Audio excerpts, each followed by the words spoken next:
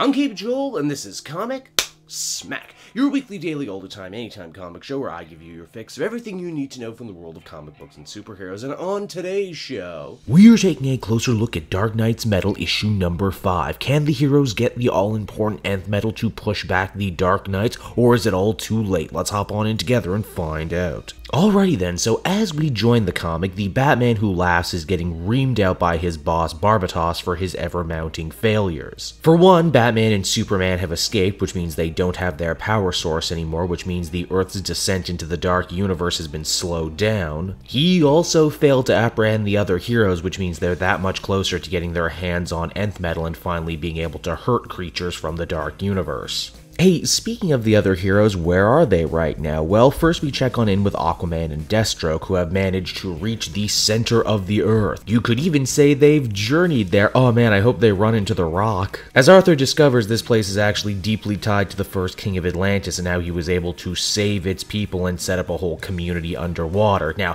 I'm not gonna say he was able to do this because of Nth Metal, but it was totally because of Nth Metal. Our heroes aren't alone either. It seems they've already been beaten there by Black Manta, who, you guessed it, has cut himself a very nice deal with Barbatos and the Dark Knights to kill Aquaman and Slade and stop them from getting what they want. Now back up in space, it's not all doom and gloom. Green Lantern and Mr. Terrific get sprung from their cell by a returning Martian Manhunter. Yeah, John's back, everyone. Where's he been for the last year and a half? Well, he knew something was fishy on Thanagar, and because of that, he's been in undercover this whole time. The heroes attempt to break out and liberate Plastic Man, who the bad guys were hoping to use as a power source for their big Nth Metal cannon. Now what's up with Batman and Superman? They're still trying to capture the World Forge, but they're having a rough time of it because the corrupted Hawkman is there attempting to stop them. In a nice little twist though, Batman actually tries to get through to Carter Hall by saying how much he respects him as a detective, how he was solving a mystery so great that even Batman himself couldn't do it. Now all of these seemingly unrelated stories end up converging with Wonder Woman, who is still duking it out with Black Adam right now, Adam being yet another person who's trying to curry favor with the Dark Knights and Barbatos. Wonder Woman gets an edge in this fight when she ends up finding Hawkman's Nth Metal mace. Basically, she's the only one who finished the job they were all sent there to do. This victory, while awesome, is sadly short-lived as the Batman who laughs shows up not long after and says that Barbatos is using his own power to weaken the walls between our world and the Dark Universe. Wonder Woman realizes that she's not going to be able to handle this on her own, so she decides to set her sight on Kendra Saunders, the Hawkwoman, currently under control of Barbatos,